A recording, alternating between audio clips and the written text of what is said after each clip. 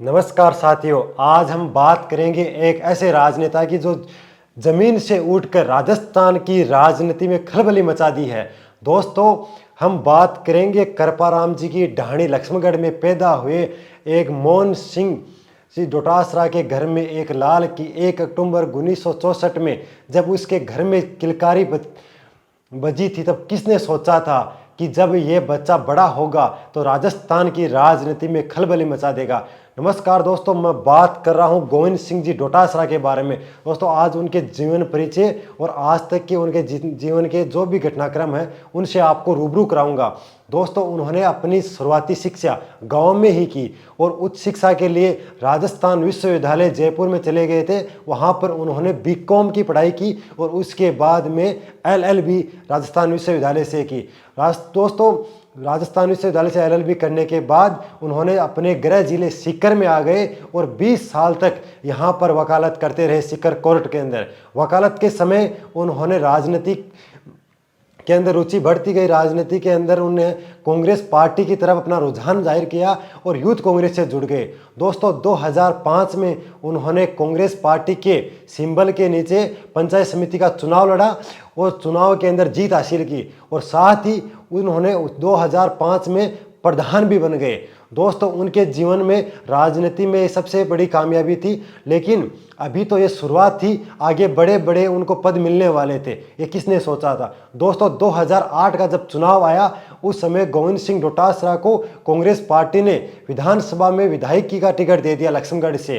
दोस्तों, वो नए थे, बड़े बड़े पुराने चेहरे थे उनके सामने, कई पार्टियां थी उनके सामने, कई निर्दलीय उम्मीदवार थे। कड़ा मुकाबला हुआ। दिनेश जोशी को निर्दलीय जो उम्मीदवार थे उनको 34 वोटों से कड़े मुकाबले में उनको पराजित किया और पहली बार विधानसभा की टिकट हासिल की। विधानसभा में जब एंट्री मारी तब एक अपने अधिवक्ता का जो वक्तव्य था वो दिया और अपने आप को एक राजनेता के रूप में राजस्थान की राजनीति में स्थापित करने का प्रयास किया।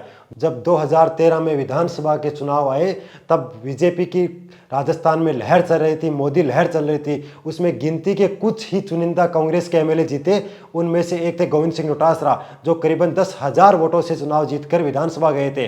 जब उन्होंने अपने भाषण वहां पर विधानसभा में दिए, सरकार को कटघरे में खड़ा करने का काम किया, तब अपने आप को राजस्थान की राजनीति में एक बड़ा चेहरे के रूप में स्थापित करने का काम किया।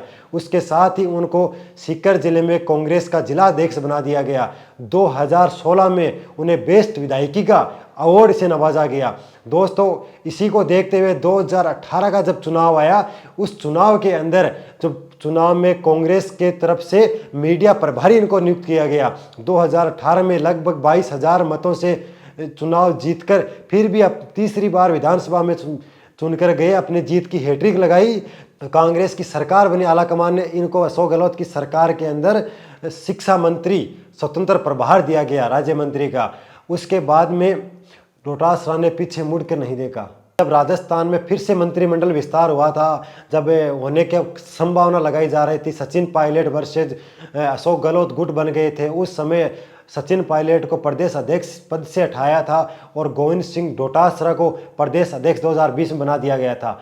उसके बाद में इनके पास 2 पद थे, एक प्रदेश अध्यक्ष कांग्रेस का और दूसरा शिक्षा मंत्री का। उन्होंने दोनों में साथ काम करने का काफ़ी समय तक काम, जब इनको दोनों पद मिल गए थे तो काफ़ी समय तक इन्होंने दोनों पदों पर काम किया। उसके बाद में गोविंद सिंह डोटासरा ने सोनिया गांधी को अपना इस्तीफा भेज दिया शिक्षा मंत्री से और बोला कि मैं राजस्थान में कांग्रेस कमेटी में काम करके संगठन को मजबूत करने का काम करूंगा।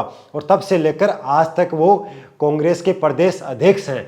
दोस्तों, आज फिर से मुख्यमंत्री बदलने की बात आई क्योंकि अशोक गहलोत को कांग्रेस का राष्ट्रीय अध्यक्ष बनाया जा रहा है। तो गोविंद सिंह डोटासरा, सीपी जोशी, इधर सचिन पायलट, तमाम नेताओं के नाम चल रहे हैं कि मुख्यमंत्री किसको बनाया जाए। एक तबका बोल रहा है कि जाट बहुल्य राजस्थान है, अधिक जाटों के विधायक है, अगर अशोक गहलोत के बाद में अगर किसी को मुख्यमंत्री बनाया जाए तो वो गोविंद सिंह डोटासरा है, इसकी प्रबल दावेदारी की जा रही है।